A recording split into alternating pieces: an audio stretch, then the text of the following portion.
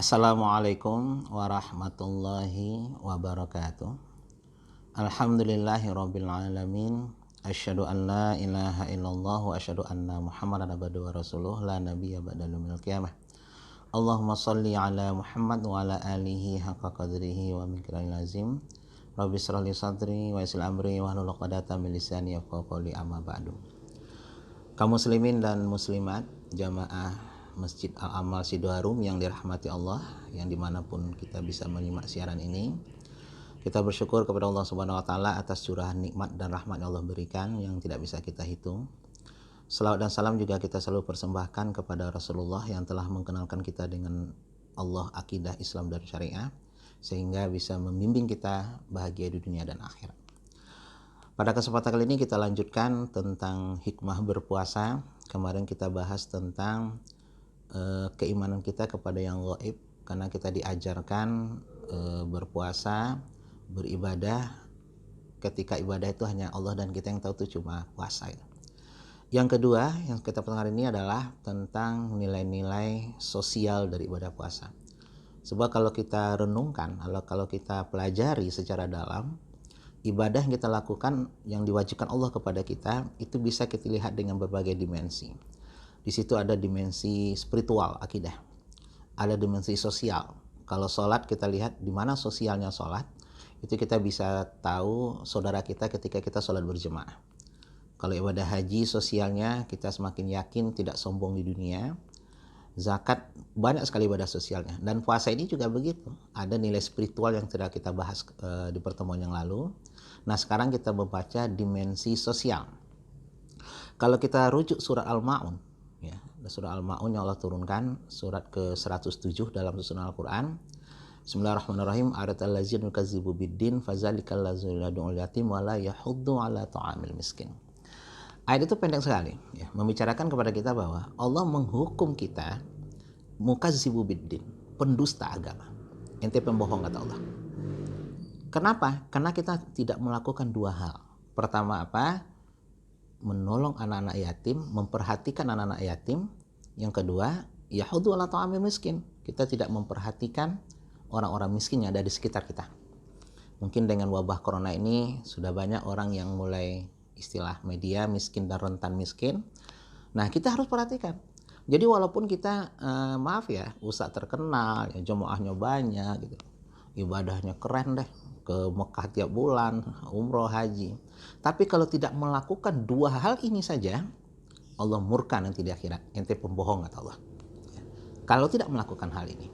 Nah, berarti ada dimensi sosial yang harus kita praktekkan dalam kehidupan ini. Nah, bagaimana kita mempraktekannya? Puasa mengajarkan itu. Ya.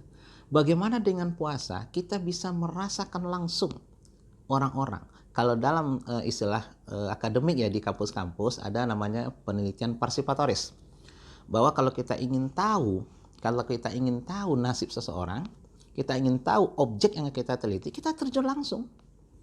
Jangan mengandalkan literasi. Ya. Nah, puasa mengajarkan itu. Allah sederhana aja loh mengajarkan kita puasa. Kenapa Allah nyuruh kita lapar? Sederhana. Kan masih banyak penderitaan yang lain sebenarnya. Tapi karena lapar ini adalah general. Puncak kesusahan manusia itu adalah ketika lapar. Orang kalau masih ada yang makan itu belum susah. Walaupun sekarang hidup kelihatan susah ya dengan wabah begini, tapi masih bisa makan itu sudah tidak susah. Tapi kalau tidak ada makan itu sudah susah. Makanya Allah melatih kita parsipatoris. Apa kata Allah? Kalau kalian ingin tahu rasanya lapar, satu-satunya jalan yang kalian lakukan, kalian harus lapar, kata Allah. Biar kalian tahu nanti rasanya lapar. Oh, begini rasanya perut kosong dibawa bekerja. Oh, begini rasanya perut kosong dibawa beraktivitas. Nah, suatu saat kalau kita ketemu dengan orang yang lapar, kita pasti tersentuh. Seberikan sebuah ilustrasi yang saya alami sendiri ya.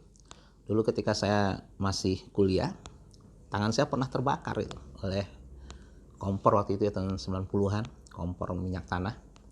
Sampai tangan kanan saya, sebagian tubuh saya dulu kena api gitu ya. Sampai 3 minggu saya sakit itu. Itu rasanya terbakar api itu luar biasa. Dari atas panas, dari dalam panas itu. Karena saya pernah merasakan itu. Begitu ada berita di TV, ada orang yang terbakar misalnya 60%, anak kecil yang terbakar misalnya, saya sudah menggigil gitu. Kenapa? Karena saya pernah merasakan. Jadi puasa mengajarkan kita, kalau kita pernah merasakan sesuatu, insya Allah empati itu muncul. Bukan hanya simpati lah. Kalau simpati kita, oh begitu ya. Tapi kalau empati, kita langsung memberikan bantuan. Makanya ketika Allah menyuruh kita berpuasa, sederhana sekali loh. Kenapa disuruh berpuasa? Kenapa disuruh lapar-laparan? Kata Allah, supaya tahu kau rasanya lapar, kata Allah. Sebab kalau nggak pernah tahu rasa lapar, nanti ketika ada orang curhat ke kita nggak bisa berempati. Ya mungkin untuk simpati bisa, tapi berempati belum bisa. Kalau kita pernah merasakan lapar dulu, begitu ada orang, Pak, bantu saya Pak, saya dari pagi belum makan, ini sudah jam siang gitu. Oh iya, saya juga pernah lapar, pernah merasakan seperti itu. Empati langsung muncul.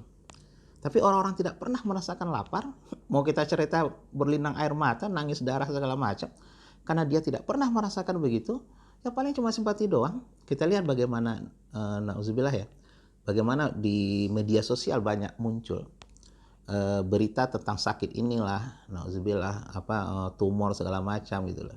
Ya simpati muncul, semoga sehat ya dek gitu. Sekedar doa gitu ya. Karena menurut saya mungkin, maaf ya mudah nanti, mungkin dia belum pernah mengalami seperti itu. Tapi orang yang pernah anaknya sakit seperti itu, pernah mengalami keluarganya, itu empatinya langsung muncul gitu. Wah, saya pernah dulu begini, diuji Allah dengan seperti ini. Bagaimana kurangnya perhatian orang. Nah, ketika itu muncul, dia pasti empati. Di samping doa, dia menjalankan bantuan. Karena operasinya membutuhkan dana puluhan juta, dia langsung transfer gitu. Itu empati. Nah, puasa begitu. Supaya kita tahu bagaimana perasaan orang-orang. Taulah kata Allah. Apa yang diajar oleh puasa begini? Sebagai seorang pemimpin, sebagai seorang pejabat negara, kalau ingin tahu kehidupan rakyat, hiduplah dengan rakyat. Jadi Rasulullah sendiri mengajarkan dalam beliau ketika berpuasa di Madinah, Rasulullah mengatakan kepada sahabatnya, kalau kalian ingin mencari saya, carilah saya di masjid. Kalau tidak ketemu, kata Rasulullah, carilah saya di antara orang-orang miskin. Beliau senang bergaul dengan orang miskin, supaya tahu. Nah, ini yang kita contoh di periode Rasulullah. Harus tahu langsung, bergaul langsung. Biar kita tahu nikmat Allah, kita rasakan itu loh. Ya, kita ingin tahu nikmatnya sehat, cobalah main ke rumah sakit, muter-muter aja, masuk lihat orang terbaring di rumah sakit, na'udzubillah, ada yang pakai selang yang gede banget gitu, sampai dia tidak sadarkan diri, kurus segala macam. Ya Allah, terima kasih kesehatan kau berikan ya Allah. Itu namanya partisipatoris.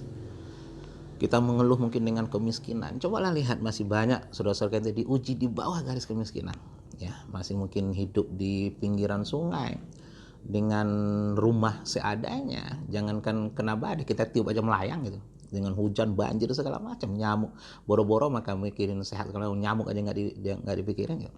Kita akan bersyukur kepada Allah. Jadi intinya sebagai penguasa, kalau ingin tahu nasib guru, cobalah ngobrol dengan mereka, turunlah, bukalah baju kekuasaan kalian, bukalah atribut-atribut kekuasaan kalian yang nempel di dada bagian kiri, Garuda segala macam itu loh. Bergaullah dengan mereka, ngobrollah dengan mereka, dengan tukang becak, dengan ojol segala macam. Dia tahu kita bagaimana, supaya kebijakan kita nanti tidak merugikan mereka. Nah, sekarang kita lihat kan seperti itu. Dari kecil sudah kaya karena bapaknya pejabat, melanjutkan tugas sebagai pejabat, tidak pernah bergaul dengan orang kecil, mana pernah dia merasakan penderitaan orang. Makanya kebijakannya amburadul semua. Pokoknya begini. Mau orang miskin tambah miskin, kayak mau orang miskin, dia nggak peduli karena tidak pernah merasakan. Belajarlah dari Rasulullah. Makanya puasa ini Allah wajibkan kepada kita mengajarkan kita satu hal. Kalau ingin tahu nasib seseorang, ngobrollah dengan orang tersebut. Kalau perlu hidup dengan mereka.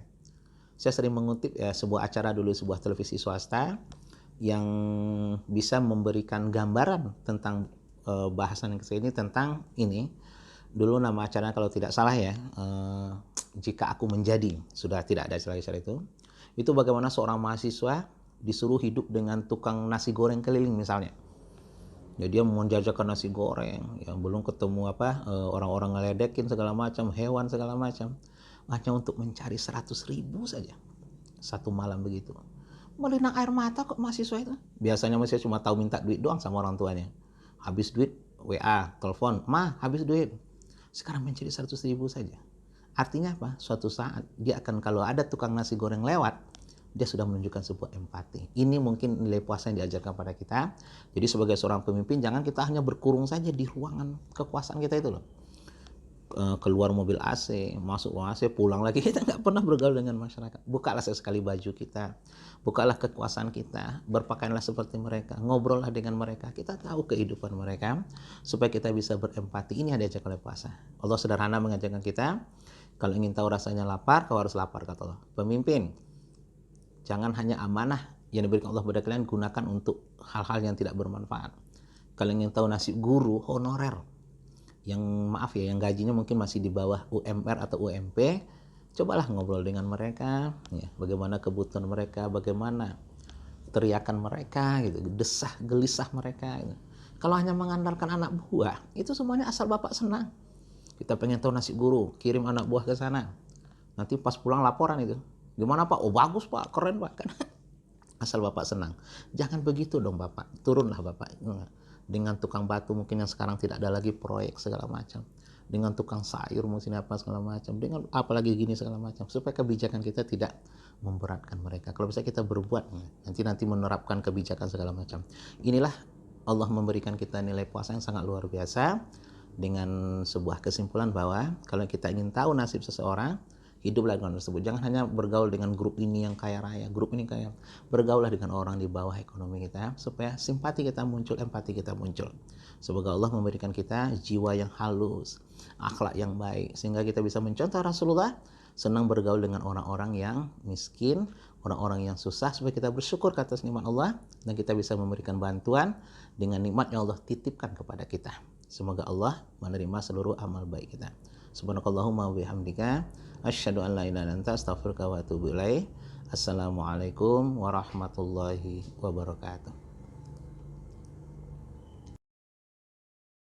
La ilaha illa anta subhanaka